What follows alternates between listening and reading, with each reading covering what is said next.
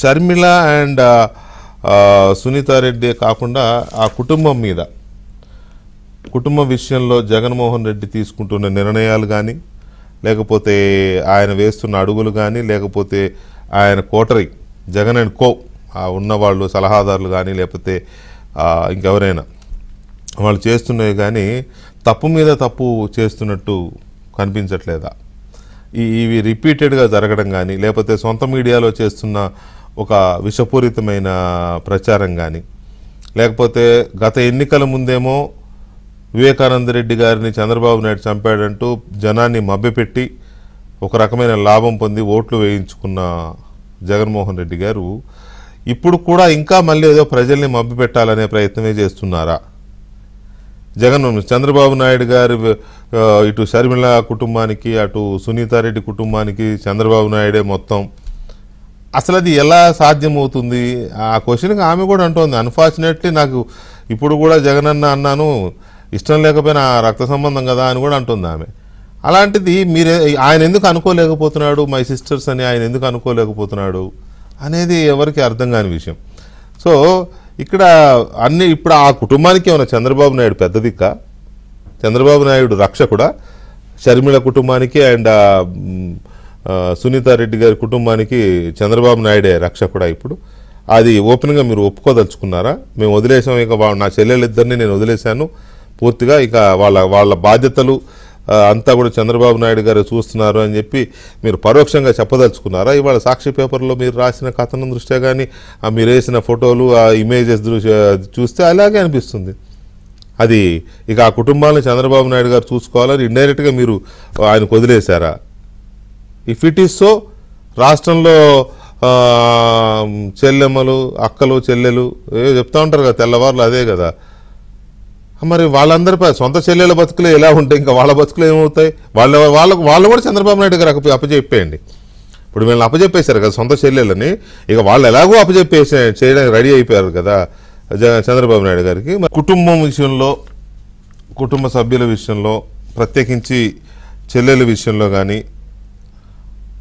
చెల్లెళ్ళ విషయంలో కానీ, సొంత చెల్లెలు లేదా కజిన్ సిస్టర్, వాళ్ళ చిన్నాన్న కూతురు, ఇప్పటి వరకు మనతో లైవ్లో మాట్లాడిన సునీతారెడ్డి గారి విషయంలో కానీ, వాళ్ళకి భద్రత కల్పించడం విషయంలో కానీ, వాళ్ళ సోషల్ సెక్యూరిటీ కూడా, సామాజికపరమైన భద్రత కల్పించడం విషయంలో కానీ, ఈ విషయాలన్నిట్లో నిర్లక్ష్యం వహించడమే కాదు,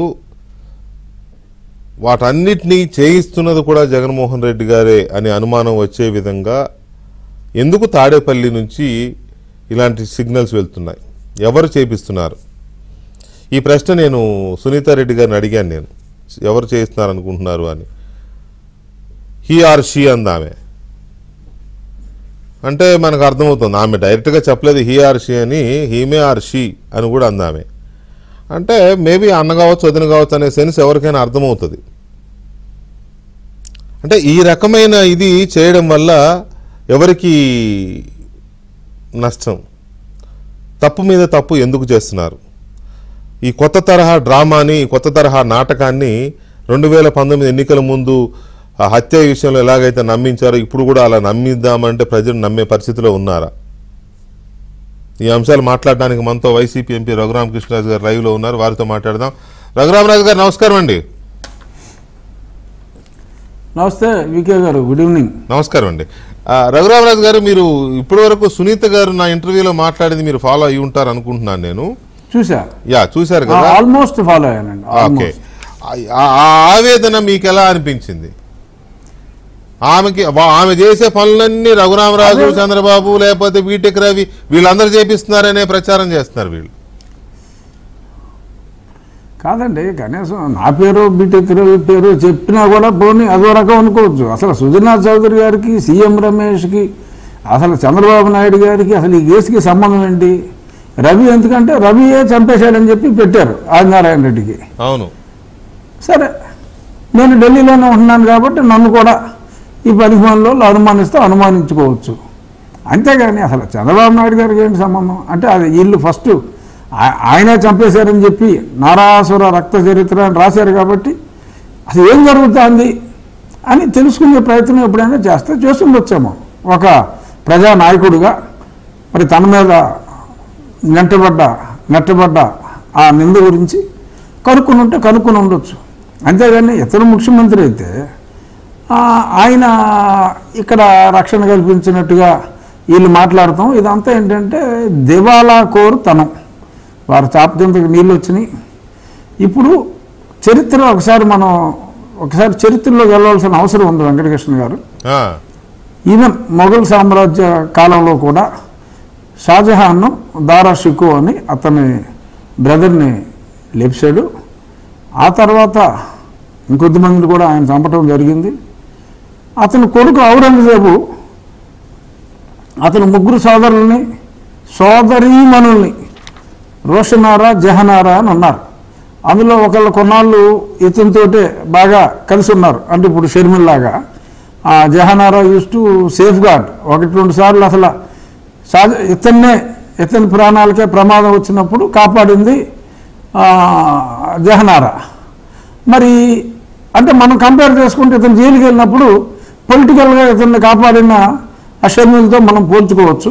ఎవరైనా హిస్టరీ బుక్స్ రిఫర్ చేసుకోవచ్చు. నేనేమి జగన్మోహన్ రెడ్డిలాగా సొల్లు చెప్పట్లా, ఉన్న హిస్టరీయే చెప్తున్నా, జరిగిందే చెప్తున్నా.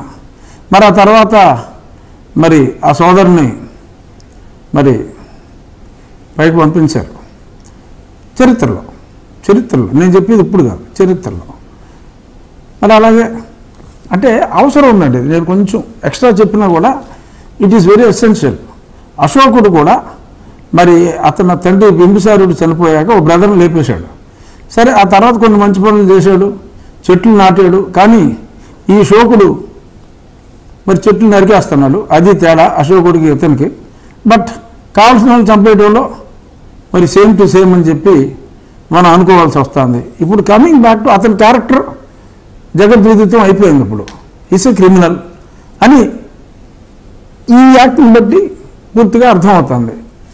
ఈ వర్రా రవీందర్ రెడ్డి అనే వ్యక్తి వైఎస్ భారతీరెడ్డి గారికి మరి పిఏ అట. అది అతను అప్పటిదాకా మరి చాలా ఎప్పుడు కూడా కొన్ని సంవత్సరాలుగా అలాగే చాలామంది అవుతున్నాడు. మరి వీళ్ళు ఎప్పుడు కూడా దాన్ని ఖండించలా. మరి అసలు ఆ భాష అంటే ఊరికి 2-3 నేను సెన్సార్ చేసేస్తా మ్యూట్లో. మొత్తం అంతా చదివితే చాలా అసహ్యంగా ఉంటుంది. జస్ట్ క్రైమ్కి సంబంధించి ఇందుకే పెద్దలు అన్నారు, శత్రుశేషం ఉండకూడదని లేపేయన్న ఇద్దరిని ఈ ఎన్నికలకు పనికొస్తారు అంటే అప్పుడు కోడికత్తి సీన్తో అంటే ఉరఫ్ ఇంకేదో మధ్య సీన్తో పొడిపించుకొని ఎవరినో బకరాగా వేసి ఎలా చేశారో అలాగే మళ్ళీ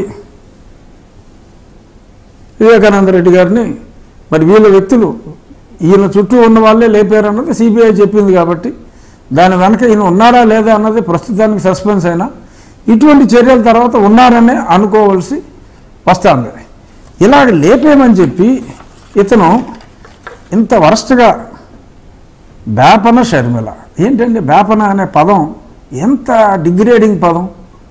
అంటే బ్రాహ్మణులు అంటే ఒక కాస్ట్ క్రమంలో అత్యున్నత స్థాయిలో ఉన్నవారు బ్రాహ్మణులు, బేపనోడు అలా నోటుకు వచ్చినట్టు మాట్లాడతాం. ఇదంతా చాలా అంటే ఒక ముఖ్యమంత్రికి అత్యంత ప్రియమైన అనుచరుడు ఇంత వరస్ట్గా పెడితే ఆ పోలీసు వాళ్ళు ఎవరు చంకనాకుతున్నారండి. రంగనాయకమ్మ గారు ఒక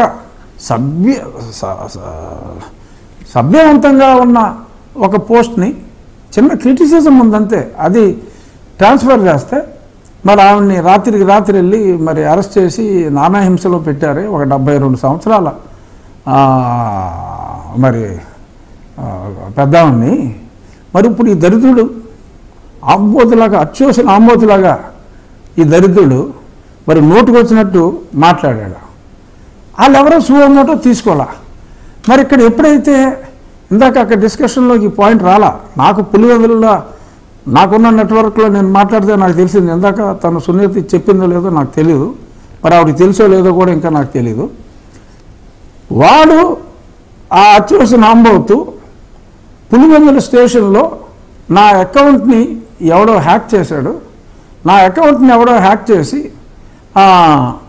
ఇలాగా అసభ్యకరమైన నీతిబాహ్యమైన మరి ఈ పెడుతున్నారు, ఆడెవడో పట్టుకొని వచ్చు అని చెప్పి ఈ ఆంబోతు ఆ పోలీస్ స్టేషన్లో కంప్లైంట్ ఇచ్చాయంట.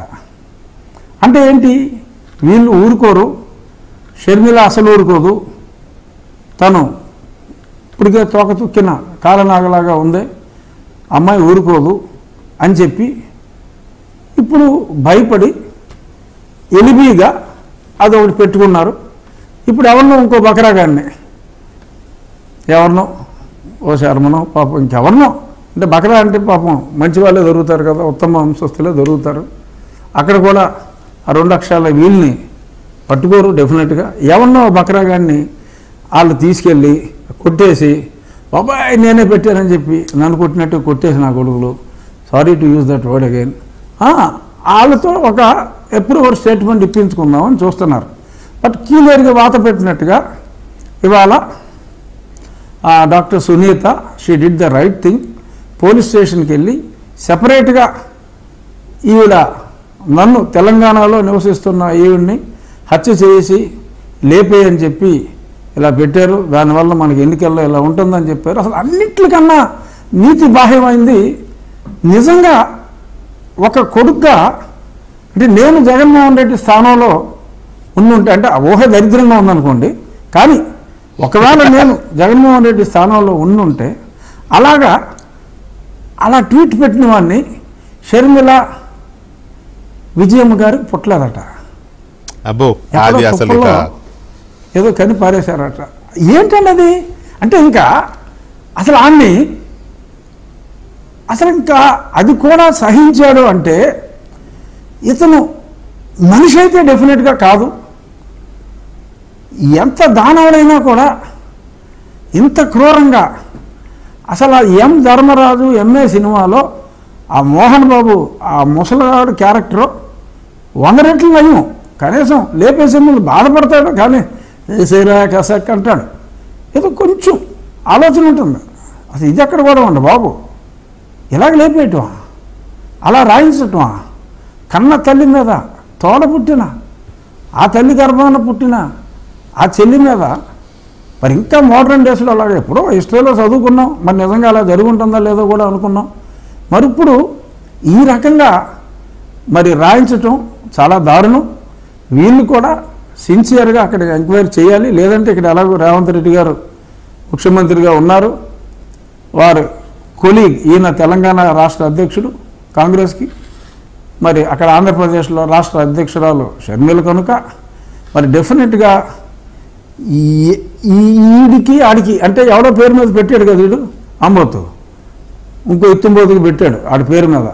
ఈ ఆంబోతు ఇత్తుంబోతుల మీద, ఇత్తుంబోతు అంటే మా జిల్లాలో అర్థమవుతుందండి, బహుశా మీ తెలంగాణ వాళ్ళకి తెలియదేమో. ఇత్తుంబోతు అంటే కొంచెం ఆంబోతు టైపే, కానీ అది ఇంకొంచెం డిగ్రీ ఎక్కువ, అంటే ఆంబోతుతో పోల్చి పొగడదలుచుకోలేదు కాబట్టి ఇత్తుంబోతు అంటున్నా.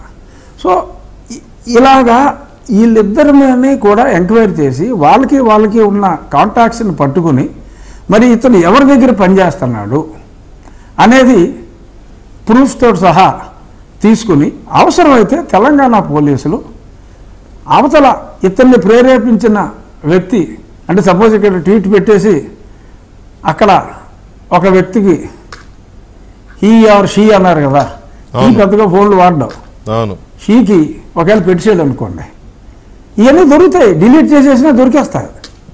సో కరెక్ట్గా తెలంగాణ పోలీస్ కనుక ఎంక్వైరీ చేస్తే ఇక్కడ 100% దొరికేస్తారు.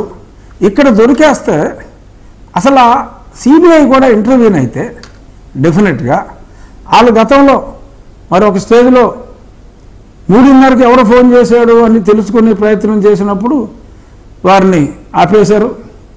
మరి కొన్ని ఢిల్లీ సమావేశాలు జరిగినాయి, మరి ఆయన రామ్ సింగ్ గారిని మార్చేశారు, ఆయన మీద కేసులు పెట్టారు. సరే ఏదేమైనా మన వ్యవస్థలు మనం తప్పట్టుకుంటే చండాలంగా ఉంటుంది కాబట్టి సరే ఏదేమైనా మరి వారి దాముడు వారిని కరుణించాడు. సో టెంపరీగా ఆగింది. బట్ ఇప్పుడు ఇది బయటకు వస్తుంది, సిన్సియర్గా చేస్తే వస్తుంది. సోషల్ మీడియా టిక్కన 5 నిమిషాల్లో పట్టేస్తారు. వీడు ఇక్కడ ఉండేవాడే కదా, వీడేమి ఆ కుక్కల డాక్టర్ లాగా అమెరికాలో ఉండి అని వాడి టైపు, అంటే వాడినా ఇక్కడ వాగుతాడు కాబట్టి దొరికేస్తాడు. ఆడంటే అమెరికా నుంచి నేను తేలేకపోయానని చెప్పి అన్నారు. ఇప్పుడు వీడు దొరికేస్తాడు.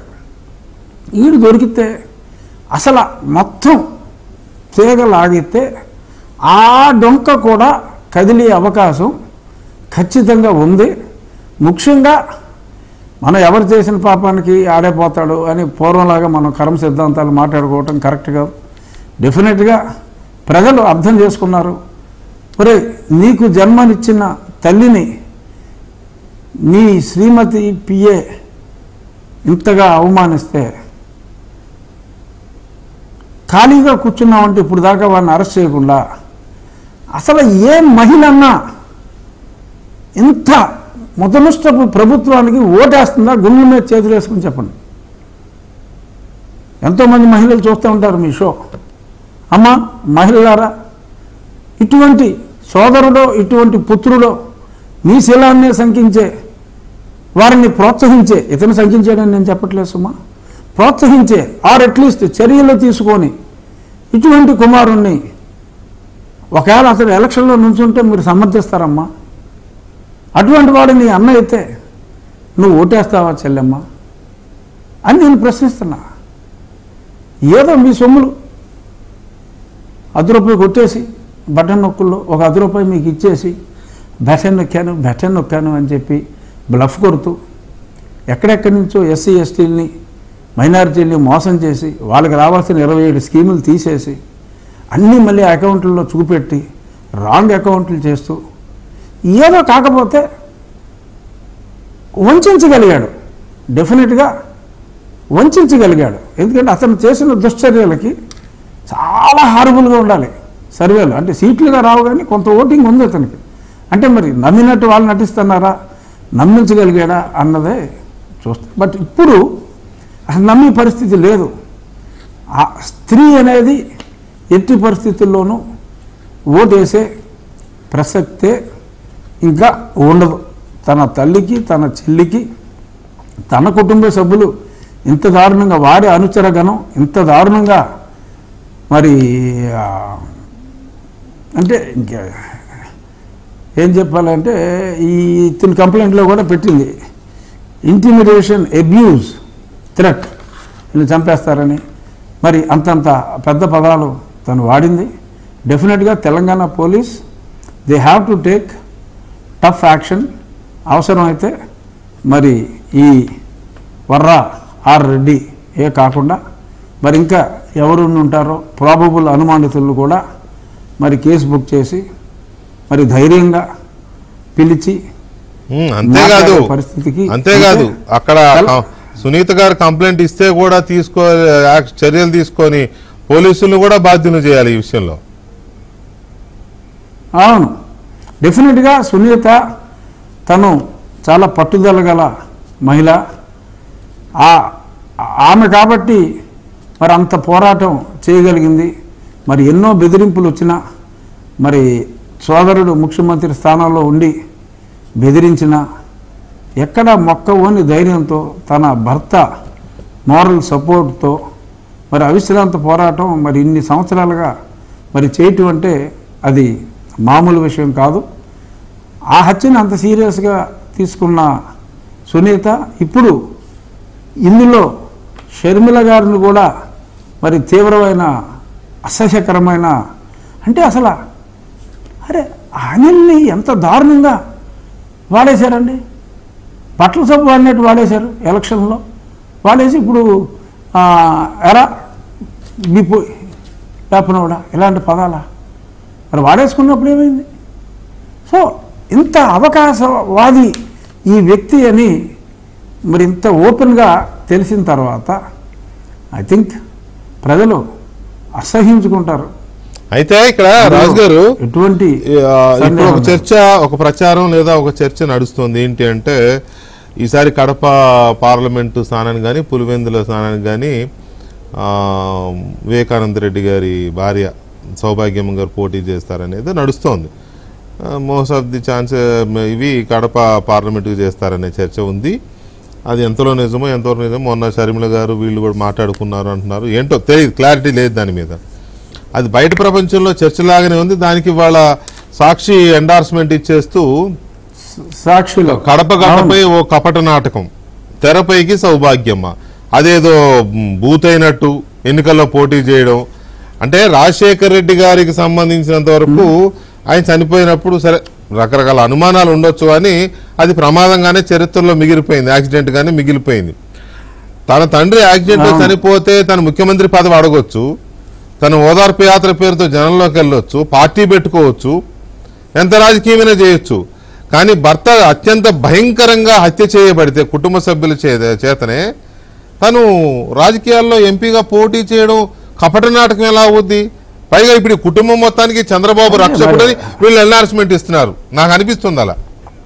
అవును, అదే అంటే ముందే ముందర కాళ్ళకి బంధం. ఒకవేళ చంద్రబాబు నాయుడు గారు అక్కడ పోటీ పెట్టకపోతే నెగ్గేస్తారు అనే భయం వెంటాడి ముందే ఒక రివర్స్లో ఒక అటాక్ ఇచ్చేస్తే చూసారా సాక్షి అప్పుడే చెప్పింది.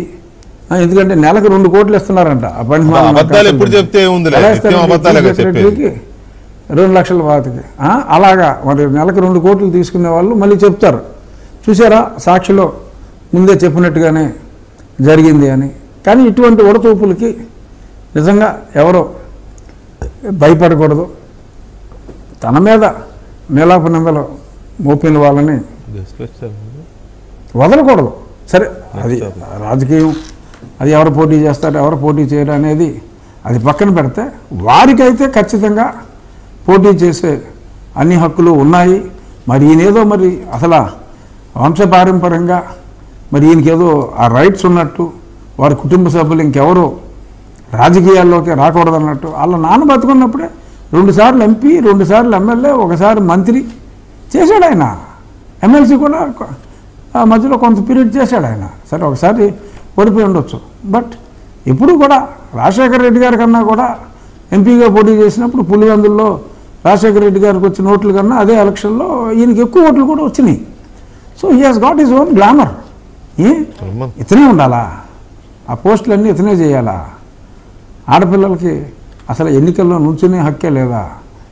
జగన్మోహన్ రెడ్డి ఏమన్నా ఏంటి మరి ఆయన రాసిచ్చాడా బిల్నామాలో? కానీ ఇక్కడ మీరు ఒక విషయం గమనిస్తే, కాదు రాజు గారు, మీరు ఒక విషయం గమనిస్తే, ఏ సందర్భం వచ్చినా అంటే అది కేసుల విషయం వచ్చినా, సిబిఐ కేసుల విషయం వచ్చినా, ఈడీ కేసుల విషయం వచ్చినా, లేకపోతే షర్మిల గారు ఆ ఇంటి నుంచి బయటకు వచ్చేయడం కానీ తగాదా పడి, లేకపోతే ఇంకేదో ఆస్తులు ఆమెని ఒంటరిని చేసి పంపించేయడం, తల్లి వెళ్ళిపోయిన సందర్భంలో కానీ, ఇప్పుడు సునీత గారు ఇందాక మాట్లాడినప్పుడు హీమే ఆర్ షీమే అని కూడా అన్నారు. సో ఏ సందర్భం వచ్చినా భార్యాభర్తలు ఇద్దరి వైపు వేలు చూపిస్తున్నాయి. భారతీ రెడ్డి గారి వైపు కూడా వేలు చూపిస్తున్నాయి. ఏంటి దాని అర్థం ఏంటి? దురదృష్టం. అంటే ప్రజలకి అనుమానాలు వచ్చినాయి. అది నిజమా కాదా అన్నది మరి వాళ్ళు ఆ పరిశోధన కొంచెం ముందుకు సాగనిస్తే తెలుస్తుంది. మరి ఆయన పుసుక్కు నిజం చెప్పేశాడు అజయ్ కల్లం గారు. మరి నిజం చెప్తే వీళ్ళు కంగారు పడి స్టేట్మెంట్ని వెనక్కి తీసుకోమని చెప్పి కేసు వేయించారు. వేయించిన వాళ్ళు మరి ఆ సిబిఐ వాళ్ళు 4 ఆటలు ఎక్కువ చదివి ఈయన మాట్లాడిన మాటలు ఏదైతే రికార్డ్ చేశారో అది ఫోరెన్సిక్ పంపించినా అది ఈయన వాయిస్ అనేది తెలిసిపోద్ది. చాలా స్పష్టంగా చెప్పేశాడు ఈయన. ఫలానా టైంకి బెల్ మోగింది, మేడం గారు రమ్మంటున్నారు అని చెప్పారు. బాబాయ్ ఈస్ నో మోర్ అన్నాడు. సరే, బాధగా అన్నాడు, సంతోషంగా అన్నాడు, ఆ ఎక్స్ప్రెషన్ అక్కడ చెప్పలేదు అనుకోండి. కానీ ఇంత క్లియర్గా ఆయన చెప్తే మరి అడ్డంగా బుక్ అయిపోతారని చెప్పి మరి ఈ బెయిల్ క్యాన్సిలేషన్ లోపు ఆ పిటిషన్ విచారణకు రాకుండా దాన్ని అలాగే డ్రాక్ చేస్తున్నారు హైకోర్టులో. 6 నెలలుగా విచారణకు రావట్లేదు. అది మరి ఇంతకంటే దారుణం ఉంటుందా? పాపం సునీత ఎన్నోసార్లు అడిగింది, అది కేసు విచారించండి, ఆయన అన్ని ఆధారాలు వాళ్ళ వాయిస్ రికార్డింగ్ కూడా ఉంది కదా, ఆయన అది వెనక్కి తీసేయమన్నాడు. ఇని అది ఆయనతో కాకపోతే తేల్చుకుని ఆయన కాకపోతే వెనక్కి తీసేయి, ఆయనకు తెలుసు కాబట్టి మరి ఆ కేసే రానివ్వట్లా.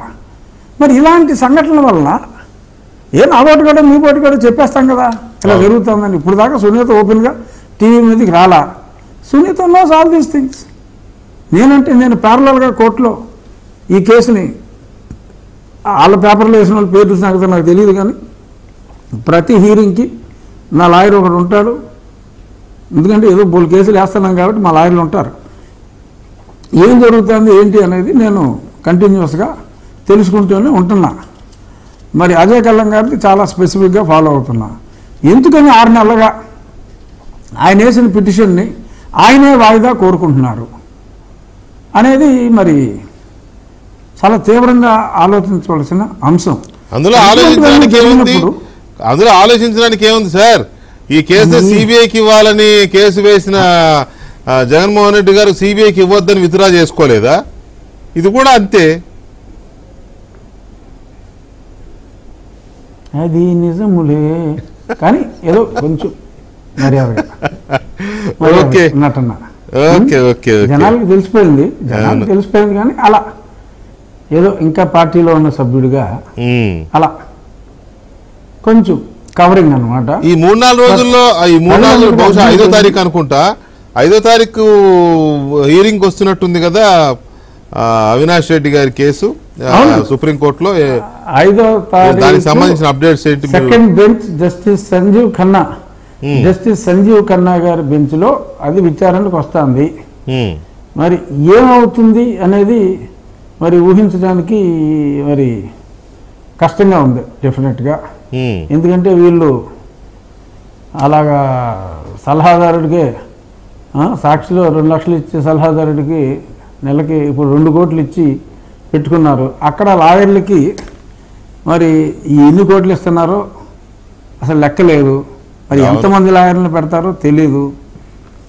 రేపు మళ్ళీ బ్యాటరీ ఆఫ్ లాయర్స్ అక్కడికి వచ్చేసి ఏదో అక్కడ హైకోర్టులో చాలా ఇష్యూలు పెండింగ్లో ఉన్నాయి, ఇన్ని పెండింగ్లో ఉన్నప్పుడు ఇప్పుడు ఇది వినాల్సిన అవసరం లేదు, మాకు కొంచెం టైం ఇవ్వండి అని చెప్పి అంతమంది మరి అపీరెన్స్కి 25 లక్షలు, మరి ఇలాంటి పనికిమాలిన అపీరెన్స్లకి 50 లక్షలు తీసుకునే సీనియర్ లాయర్లు ఉన్నప్పుడు మరి వాళ్ళకు కొంత ఫేస్ వాల్యూ ఉంటుంది కాబట్టి మరి ఇంకొక వాయిదా ఏదన్నా లాగించేస్తారా అనే అనుమానాలు అయితే నాకున్నాయి. బట్ చూద్దాం. అయినా సరే తను పోరాడుతుంది. 4 రోజులు ఆలస్యమైనా, ఒక వాయిదా పడినా మళ్ళీ ఇంకో వారానికో 2 వారాలకో అంతిమంగా డెఫినెట్గా న్యాయం జరుగుతుంది. కానీ మరి శత్రువు కాదు, ఆ యాక్ట్ కండక్ట్ చేసిన వ్యక్తులు అత్యంత బలవంతులు కాబట్టి మరి పెద్ద న్యాయవాదుల్ని పెట్టుకోగలుగుతున్నారు కాబట్టి ఆలస్యం చేయించగలరు. కానీ అన్యాయం అయితే డెఫినెట్గా జరగదనే నాకున్న ప్రగాఢ విశ్వాసం. రైట్. రాజుగారు, మనతో డాక్టర్ కొలుకుపూడి శ్రీనివాసరావు గారు కూడా జాయిన్ అయ్యారు. తెలుగు